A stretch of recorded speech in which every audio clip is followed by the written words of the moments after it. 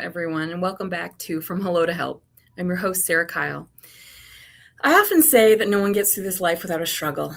It doesn't matter where you live or what's in your bank account. At some point, we all need support. Lately, we've been looking at a lot of numbers. In Michigan, we're seeing requests for help come in fast and furious. But behind every single one of those data points is a real human. It's a mom unsure of how she's going to feed her kids this week. It's a grandfather choosing between his medication and his energy bill. It's a hard-working neighbor who never thought they would need to ask for help. They have to swallow their pride and pick up the phone. The real magic of 211 isn't an algorithm. It's not a database. It's the human being on the other end of the line who listens with empathy, honors the courage it takes to make the call, and provides the dignity of saying, "Hello, how can I help you today?" To help us dig into the past statistics, but really focus on the actual lives that we touch every single day, I'm incredibly beyond honored to welcome a dear friend, a brilliant advocate, and quite frankly, an amazing storyteller, Joshua Pedersen. Joshua has built 211 systems from the ground up in Utah, led them in Maryland, and spearheaded national network operations for United Way worldwide. He has heard the stories of thousands of Americans who found hope through our network. Joshua, thank you for joining me today. I'm so excited. Thank you for having me today, Sarah. It's an honor to be here and talk about something so important for our nation. Absolutely. Now, you've dedicated so much of your career to this ecosystem that I get to live in 211. You've seen national trends, complex infrastructures, all of it. But nobody stays in this work because they love databases or taxonomy. You know that. There's always a human moment that hooks us. For you, do you remember that story? Do you remember that human moment that hooked you, that made this the biggest work? I remember working and taking my first calls at my local 211. We weren't a 211 at the time. We were a 7-digit and a 10-digit phone number, and we were on the cusp or on the eve of 211. And what intrigued me the most, I guess, about 211, what really brought the idea of information and referral to me and to my heart was that the motto was bringing people and services together. And you know me, Sarah, that I love movies. I love going to the movies, and I'll share this again, that I love in any movie when everybody kind of rallies for the underdog at the end of the movie. It's in every sports movie, you know, everybody in the audience is cheering for the team that you didn't think was going to win, and then they all come together and the whole audience is cheering for that team. Or it's the underdog superhero that maybe just needs that extra boost, and that all their friends come together. Or it's the Avengers, like all the superheroes come together, right? And they're going to do the good things together. That coming together is what information and referral is bringing people and services together. And I loved that about working with 211 and information referrals, because there was all this good over here and the people over here that were kind of looking for some help and just needed some cheering and some extra support, and it all comes together. And there is some power that happens when that unity happens. And there is, like, that's the tearjerker in the movie, and that's the tearjerker in my real life. Like, that gets me every time. So when I took those calls and they said, "Hey, I need help, and I need help, and I need help," and it got really taxing. And I'm like, wait, all these people need help. And I saw the statistics, like, oh, they, like, food is an issue, and hunger is an issue, and housing is an issue. And I'm like, oh my gosh, it's very taxing to hear those problems all day long. But then to turn around and say, that's all right, we got your back. There's an audience here. There's a superhero. There's a whole team of nonprofits, a whole community that has resources for you, and they're ready to descend and come and help you where you're at. That got me every time. Like, almost every call, I'm like, it's okay, we got you. There's somebody here to help. That to me is what was so powerful about those first calls that I was taking. It was taxing, but there was power knowing that there's a solution. I'll share with you. I don't know if you remember this, but when I started at 211, it was a few minutes ago, and my dad was a pastor at a very small, very rural church. Most folks were hardworking individuals, but in a community that struggles. And I'll never in my life forget, one of our elders came to me and kind of at the back of the church and tried to almost whisper and say, can who can use 211?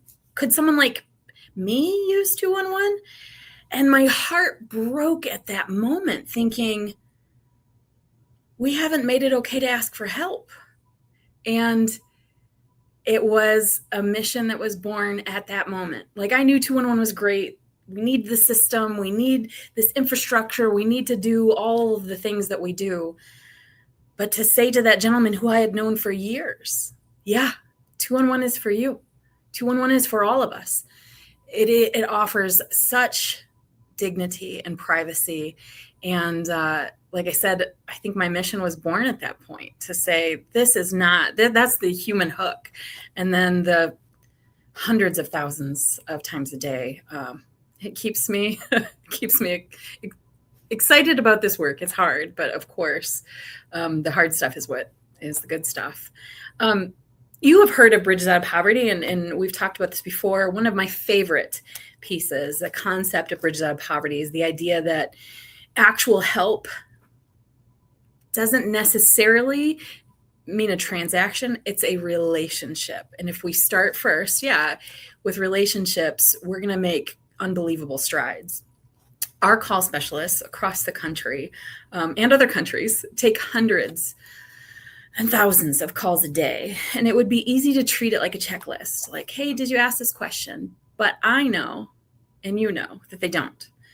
From your experience across this national network, do you have a favorite story of a specialist who dug past that surface, like, I need help with food? They dug past that surface request to find out more, what the caller actually needed.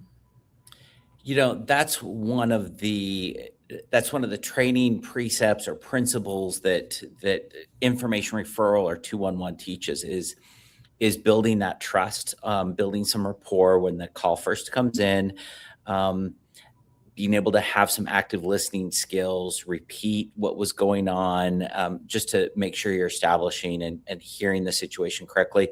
And then also asking what we call the second question. So kind of trying to get to the root of the cause.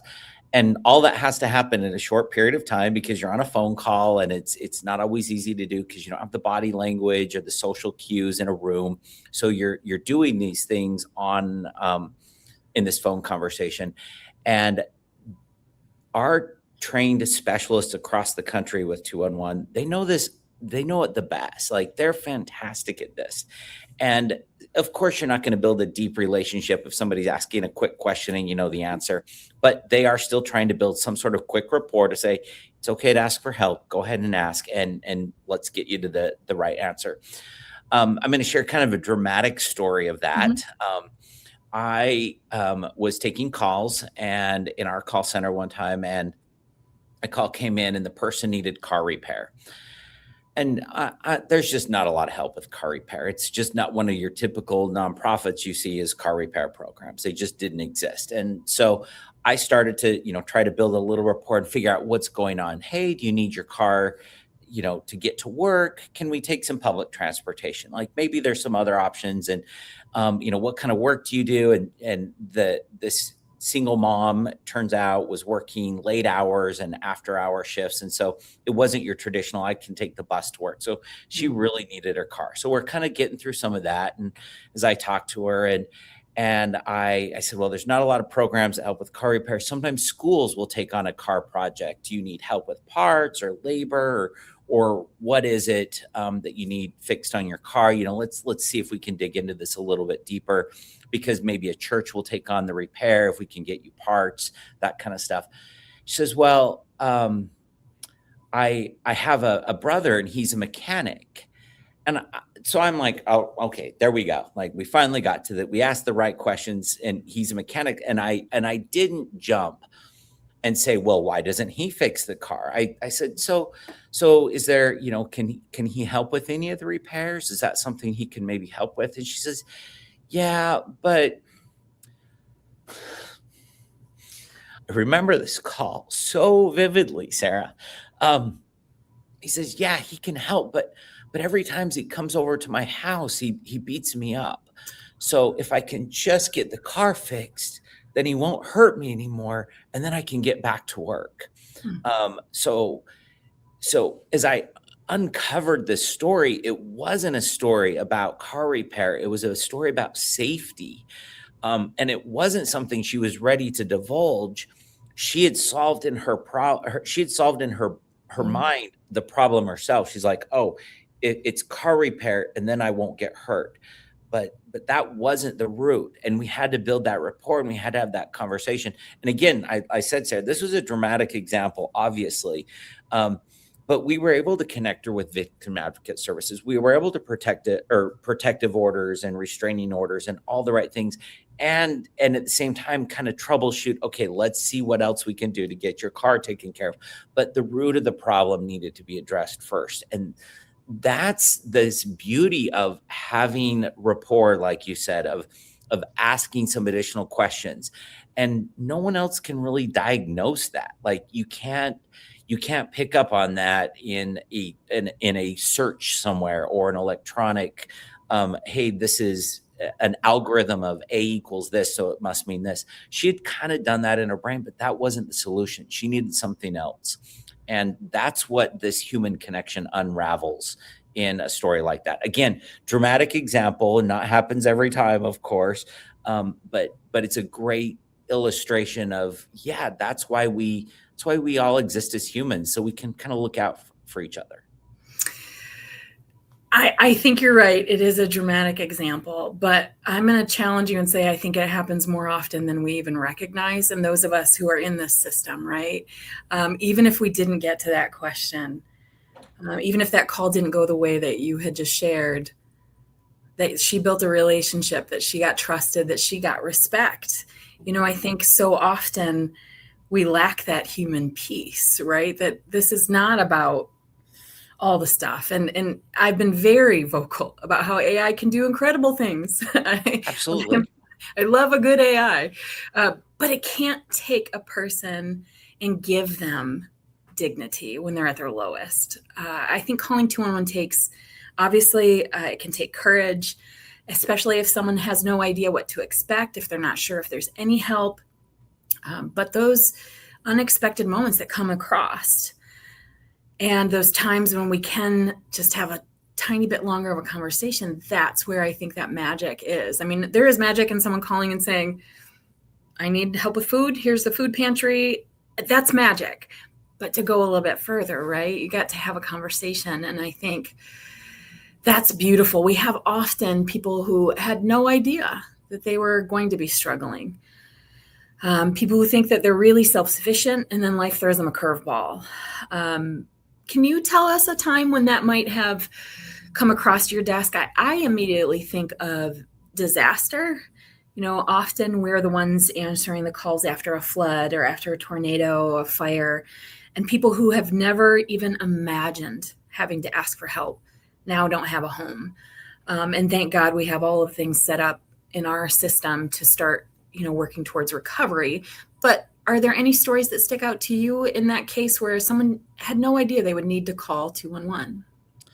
Yeah, I think you bring up such a good point, that human interaction, and AI is being trained really well to make it sound like they're your best friend. Part of me is like, well, yeah, we're so much better than a sterile search in an online directory. AI like talks to us, and we feel some sort of like, oh, hey, it understands me. But there is a human connection that is still comes out in, especially in like a crisis or a disaster, and whether it be a personal crisis or a personal disaster that someone's experiencing, and they just feel all alone because they feel like their world is crumbled around them, or their personal economy or their personal stability is crumbled. or a widespread natural disaster that envelops an entire community or city or state even, that's where there's a lot of resources that are deployed, but that human understanding, empathy is something that really rings true. And I remember taking calls in Houston after Hurricane Ike and Katrina and Rita and all the hurricanes when that we've experienced in our country. This is where 211 shines. And it's a lot of people who have called for the very first time, like you said. Somebody's like, is it really for me? And they'll say, what do you do? Is this really something? I was told you could help. And we're like, yeah, that's what we're here for, to help you navigate this widespread or this personal disaster. It really is for you. And being able to understand and say, hey, I understand what you're feeling. I understand, I've been there. Or even if that empathy isn't 100% there, you can say, it sounds like it's been really hard for you. We're here to help you find some resources, and I can connect you to a faith-based group, or I can connect you to a group that you may not feel is the only fit for you, but there is a fit for you, that there is something else out there. So that is one of the beautiful things. And we saw that play out over and over all night and all day when we were taking disaster calls. And I remember talking to families, and they're like, I lost, my refrigeration. I've been sleeping in my car. My diabetic material, my diabetic insulin is no longer, I need to get refrigeration. Where can I go? And I'm like, hey, there's a cooling station. It's just down the street. There is some place for you where you can go, and we're going to get you your diabetic supplies. And I know the pharmacy, this one is open still, and you can get to this one, and it's going to be okay. And we were able to make those connections because we knew firsthand what was needed, and we could help them prioritize and walk their way through it. So yes, that happens. And these systems are set up for everybody in those unique personal disasters or large scale disasters. And we've seen disasters kind of, I already use the term, but coming more fast and more furious, at least in my experience. And I think that the network that we have nationally is fascinating because it's the ultimate equalizer for communities, right? Whether you're a community that has a lot, that doesn't have a lot, a disaster changes all that, or national crisis. I'll share with you, it's one of the reasons that you and I met is 2017. We had a flood. And when I joined 211, I was like, the one thing I don't want to do is disaster response. It's so scary, right? It's so scary. I don't want to answer those calls. But we had a flood, and my team was overwhelmed, and we got help from Florida. We got help from every center in Michigan. And I knew at that moment, I knew in my heart, like anytime the national network called, I don't care if it was a couple hours, a couple days, we were going to donate our time, because to have that family wrap around us was just overwhelming, even for me as the professional. And I wanted to offer that to them as well. Is there a memory for you that stands out that you saw this network shift in superhero mode? And I think COVID is a prime example in my mind. I when I was at a local call center, we were taking about 3,000 calls a month, and then the vaccine came, and a local health department asked us to make those appointments. Remember, the first vaccines were only for the folks who were like over 80, it might have been over 90 at the first one. And people were calling us, and I remember I couldn't get off the phone because these people were like, these people who had been locked in their homes really for almost an entire year, they finally were getting a peek into we could get back to normal. And it made me feel like I was part of that superhero moment, that place where we got to come in and really help folks. Do you have one of those memories too? There's two things that stand out in that. One is, and you touched on this, is that the network of our 211 system across the United States and Canada. And I remember one of those disasters in late I think it's 2019. It was a hurricane that hit a part of Florida that had never been hit before, because it was inside the Gulf, and they're like, we're fine, we're Florida, we can handle these, and the call center director called me within, I think, 36 hours, like, yeah, we're not fine. We need some help now. And within hours, his calls were being picked up by other states like Michigan, like you, Yeah. and Los Angeles said, "Oh, we got this. Like, we're Los Angeles. We're going to come in on the other side of the country." And he called me back a couple hours later and he says, "That's what my staff needed. We were struggling with our own homes. We were struggling, like, how were we going to survive? We didn't have electricity, and you came in and brought all these other resources." And that's kind of another cool thing about the network is it's this human connection for those that call us, but it's also a human connection for the staff. And we're not outsourcing to somewhere that we are unknown. We're outsourcing to trained specialists that are just like, yeah, we got you, we got your back covered. So that stands out quite a bit. But like you said, during COVID, this played out so frequently. People that had called for help, or people that had called 211 for help, were usually first time callers. They'd never needed help ever before, and all of a sudden they're like, wait, where do I get a vaccine? How do I access this? Mhm. Wait, I just got furloughed for 3 weeks. Where do I get help for my kids for food? How do we pay for the internet now so my kids can do homeschool? Because we've always been able to afford this, but now we can't because we're forward loaded. Now we got to pay for the internet. Where are we going to get this? And I remember talking to this mom and dad, and they're like, we lost our jobs, and we can provide for a family, but it's been a few months, and I got to make sure we pay for the internet next month so my kids can stay in school. And we usually can just, we're fine, but I don't think we're going to be fine next month. And we're like, it's okay. There's a special resource just for you, and we're going to make sure you have internet so your kids can stay in school. So when you're ready to go back to work, everything's going to be fine. But in the meantime, we're going to be that safety net for you.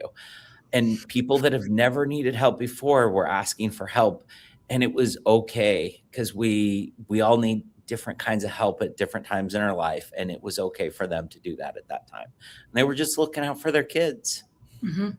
And as we look at the future of 211 in Michigan and across America, that's the story I want to tell 5 years from now, is that it's neighbor telling neighbor. It is someone saying, well, why don't you just ask? Why don't you just pick up the phone? Why don't you just make that step? There's nothing wrong with that.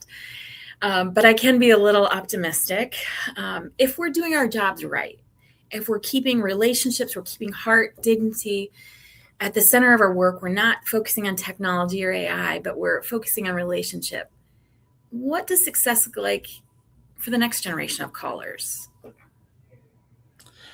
I love that you bring up technology in this, because I think with the advent of 211, it was new innovative technology. That it was a new phone number, right? We went from Right. these 10-digit and Yeah. 7-digit numbers that were hard to remember to all of a sudden we had a phone number. And then we put things online and we had databases. But at the heart of it has been that bringing people and services together. So that's what stays. The technology around it changes and innovates, but bringing people and services together is what stays, and that has the staying power. And I think of whatever the next iteration is, if it's easier voice operated commands or if it's AI, it's got to come back to us bringing people and services together. People are always the factor in that. I think the advent or the next iteration or the next connection is not going to lose sight of that bringing people and services together, but provide some sort of wraparound to ensure that bringing people and services together happens still, no matter what, and that will outlast whatever new search engine or whatever new phone number or type of phone we use. It's still about bringing people and services together, that human voice and that human connection. I wish I could predict what the next app looks like, or the next algorithm is going to tell us what to do. But the most effective ones are going to ensure that the people are freed up to talk to each other more often and connect in deeper ways. That's what we're thirsty for as a human being, as nature, is that connection. Um, and and whatever technology comes is going to ensure that we have more of a place to do that and more of a space to do that, because that's what 211 did for us before. Is it made it more possible to talk, easier for us to be connected. That's what technology does for us. It serves us so we can serve people better. It's a tool, right? It's never Yeah, a yeah, solution. It's the yeah, it tool. really is. And there's a very famous quote, and I'm not going to remember who it's from, but it says, "We're all here just walking each other home." And I I love that I get to be part of a system that for 4 to 8 minutes, I can help you on that journey. I Yeah. can walk with you. I can provide a service. Um, Joshua, it has been beyond inspiring, as always, to talk to you. I really hope that our paths continue to cross and that we get to be part of walking each other home on some level. Thank you for reminding us about what we do. Thank you for keeping the human spirit and empathy at the absolute center of our mission. To everyone watching, remember that if you or someone you know is facing a hurdle, big or small, you don't have to clear it alone. When our communities are connected and our neighbors are supported, everybody wins. Remember, 211 is here to support you in every season. If you're struggling or just don't know where to turn for resources, we are your front door to help. If you do need help, just dial 211, text your zip code to 898-211. Please don't forget to follow us on social media and visit mi211.org for more information. Thank you so much for listening. Joshua, again, thank you for your time.